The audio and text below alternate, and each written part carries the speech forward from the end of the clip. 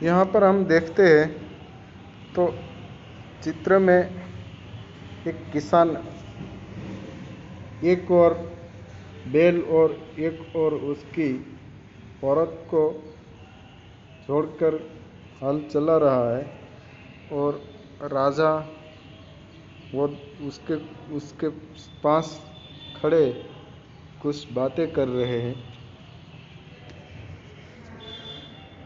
तो राजा ने उसको पूछा कि હું નામ છે કોના ક્લાસમાં તો ઉપર દેવ સાહેબ નદી આવ્યું છે ઉપર સાહેબ બેઠા છો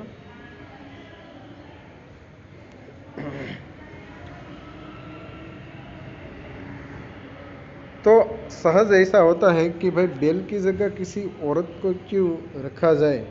तो राजा ने पूछा रख। राजा ने रथ को रोका और किसान के पास जाकर कहा, भले आदमी तुम ये क्या अत्याचार कर रहे हो? भला कहीं स्त्री को भी हल में जोता जाता है? मेरा एक बैल मर गया है, दूसरा बैल खरीदने के लिए मेरे पास धन नहीं है। अगर खेत न जोता तो मैं खाऊंगा क्या? कहकर किसान पुनः अपने कार्य में लग गया। उसे क्या पता था कि उससे बात करने वाले कौन है। राजा ने कहा, अरे भाई जरा सुनो तो, जो कहना है मेरे साथ चलते चलते कहो, मेरा काम क्यों रोकते हो? किसान ने कहा। राजा भोज उसके साथ साथ चलने लगे। अपने काम के प्रति किसान की लगन देखकर राजा भोज बहुत प्रभावित हुए और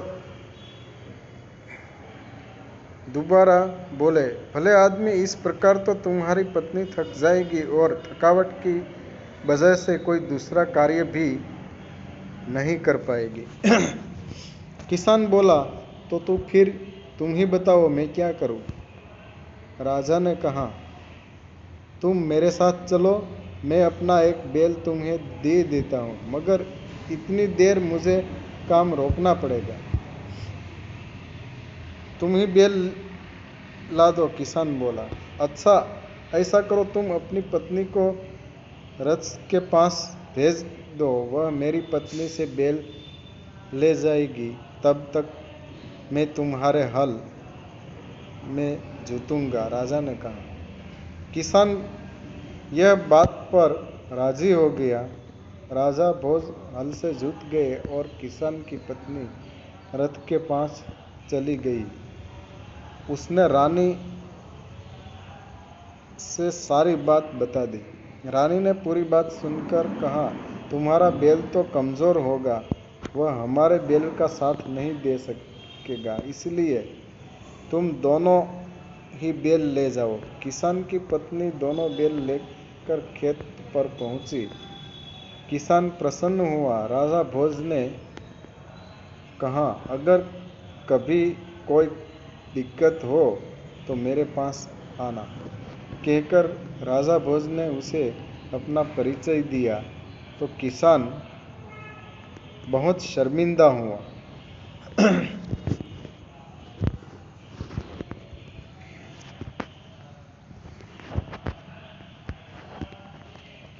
उसने राजा से बार बार क्षमा मांगी। राजा प्रसन्न होकर वापस चल दिए। इस बार इस किसान के खेत पर बहुत अच्छी फसल हुई। उसके आश्चर्य का ठिकाना न रहा जब उसने देखा कि खेत के जितने हिस्से को राजा भोज ने जोता था उसमें मोती उगे थे, बाकी के हिस्सों में उम्दा किस्म के गेहूं उगे थे। किसान बहुत प्रसन्न हुआ। किसान ने सारे मोती इकट्ठे किए और राजा भोज के पास जा पहुंचा। उसने सारे मोती राजा भोज के चरणों में रख दिए और राजा को सारा किस्सा कह सुनाई। राजा ने कहा, ये मोती तुम्हारे खेत में उगे हैं, इन पर तुम्हारा हक है, इन्हें तुम ही अपने अधिकार में रखो। नहीं महाराज, यह आपके परिश्रम का प्रताप है, इसलिए मैं इन्हें नहीं ले जाऊंगा। मेरी प्रार्थना है कि आप उन्हें राजकोष में जमा कर लें और गरीबों की भलाई के लिए काम में ले आए। किसान ने प्रार्थना की।